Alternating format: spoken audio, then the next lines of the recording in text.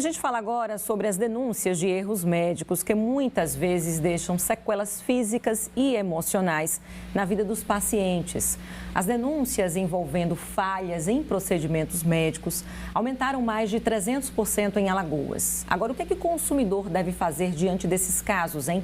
Para falar sobre o assunto, aqui com a gente o advogado Juliano Pessoa. Obrigada pela gentileza em atender o nosso convite. Quando se caracteriza, então, um erro médico? Boa tarde, Cris. Boa tarde a quem nos assiste. Veja só, Cris, de fato é preciso que seja demonstrado prioritariamente que aquele profissional agiu com culpa subjetiva, ou seja, o que seria isso? Que ele foi negligente, imprudente ou imperito. Então, regra geral, é preciso que se demonstre uma dessas três características ali na realização daquele procedimento. Naturalmente, não é uma demanda tão simples, tão fácil, né, quanto parece.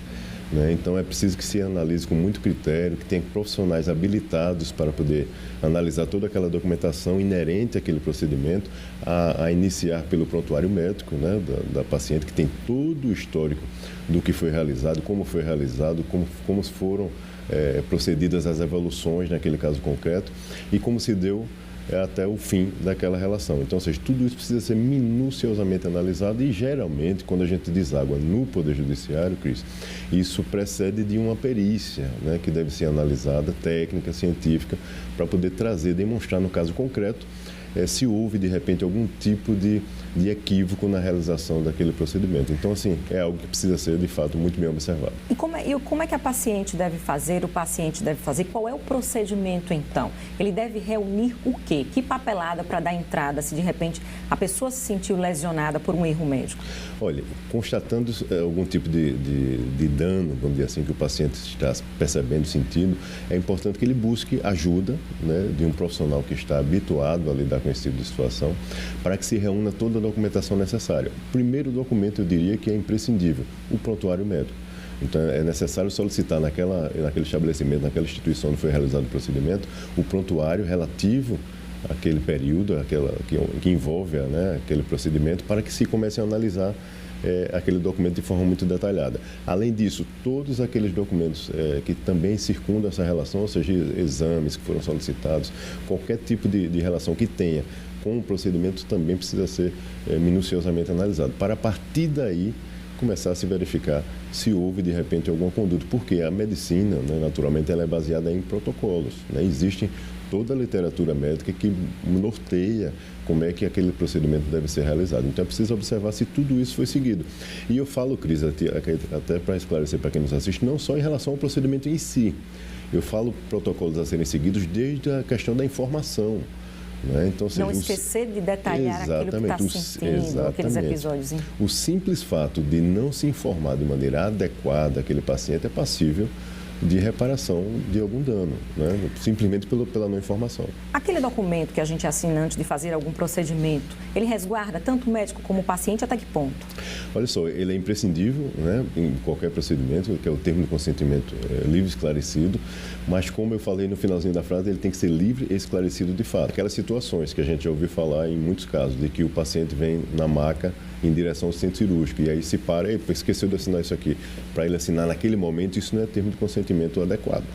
Né? O termo de consentimento, o médico precisa dedicar um tempo junto com o paciente, dirimindo todas as dúvidas, explicando os riscos, inclusive, de qualquer procedimento que a gente se submeta em relação à saúde, para que o paciente possa escolher de forma consciente e livre. O paciente hoje ele tem direito, inclusive, de participar ativamente, Cris, de todo o processo de qualquer procedimento que ele vai realizar. Preciso que ele tenha, o profissional tenha anuência prévia do paciente para realizar qualquer tipo de procedimento.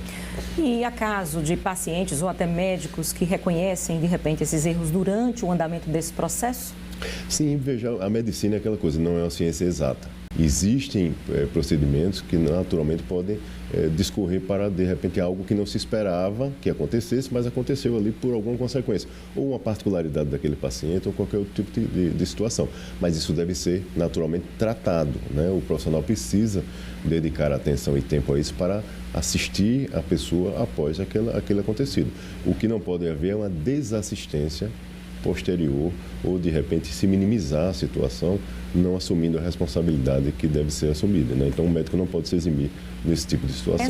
Essa denúncia, ela pode ser feita, de repente, por parentes, por familiares, e não necessariamente pelo paciente?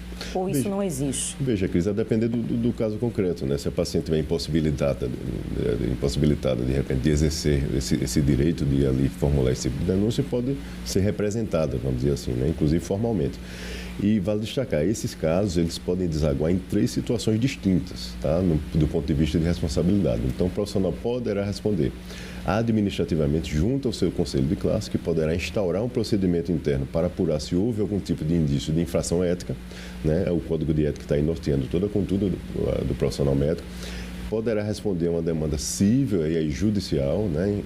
A paciente propondo em face daquele profissional, pedindo reparação pelos danos, que aí podem ser danos morais, danos materiais, a depender do caso concreto, dano estético, né?